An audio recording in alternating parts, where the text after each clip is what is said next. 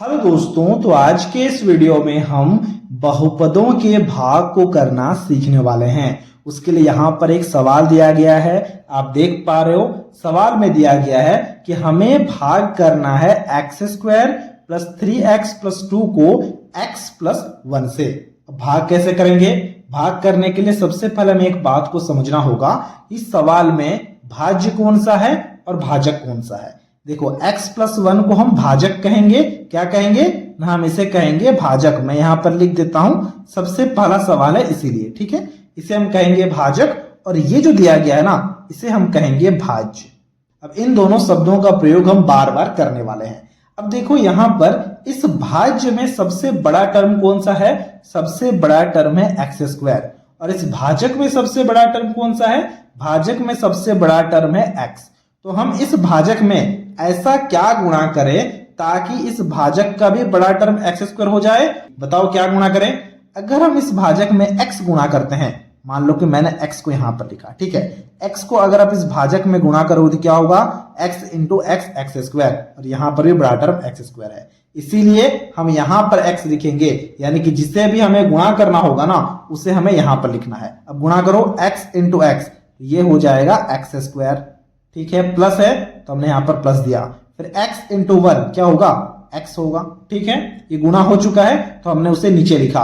अब हमें ऐसा एक लकीर बनाना होगा, फिर हमें साइन चेंज करना है। साइन चेंज करने का मतलब क्या?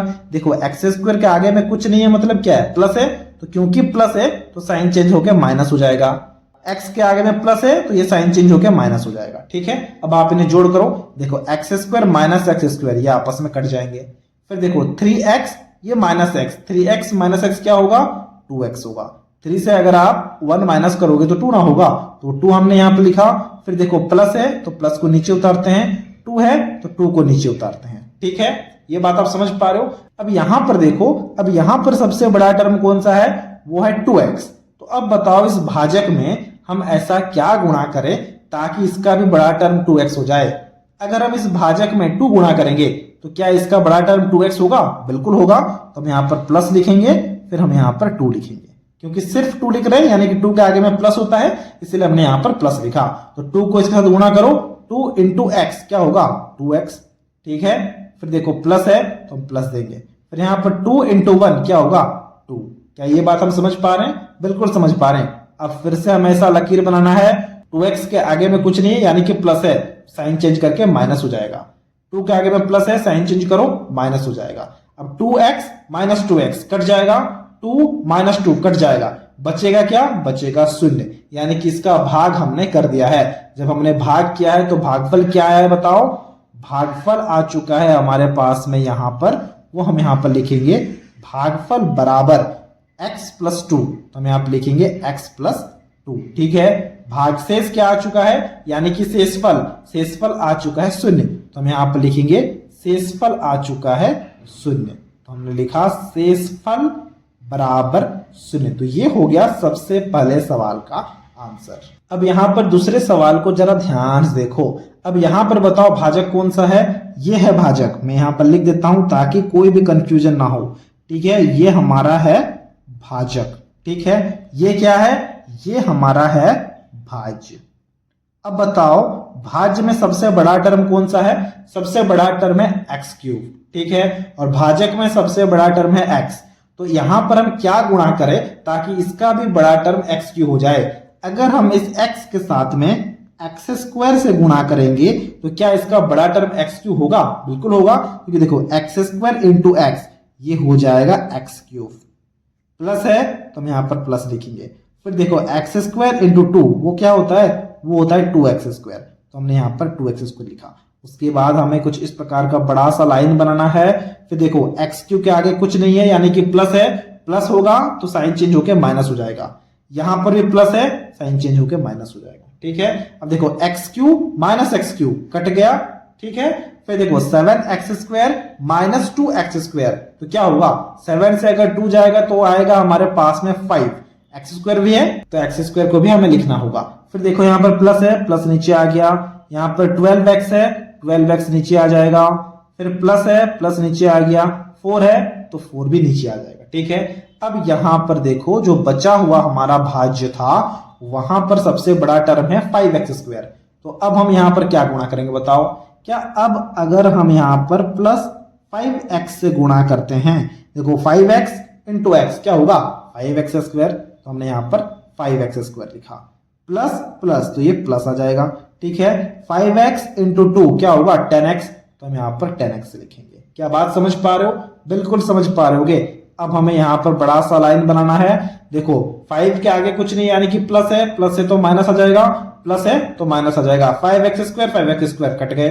ठीक है, अब अगर देखो 12 से अगर आप 10 को घटाओगे, 12 से 10 को घटाओगे तो क्या आएगा 2 आएगा। हमने 2 लिखा, x है तो x लिखा, फिर देखो यहां पर प्लस है, यहां पर 4 है, इन्हें हम नीचे उतार देंगे। ठीक है, अब यहां पर 2x बचा है सबसे बड़ा टर्म, तो यहां पर क्या गुणा करेंगे बताओ?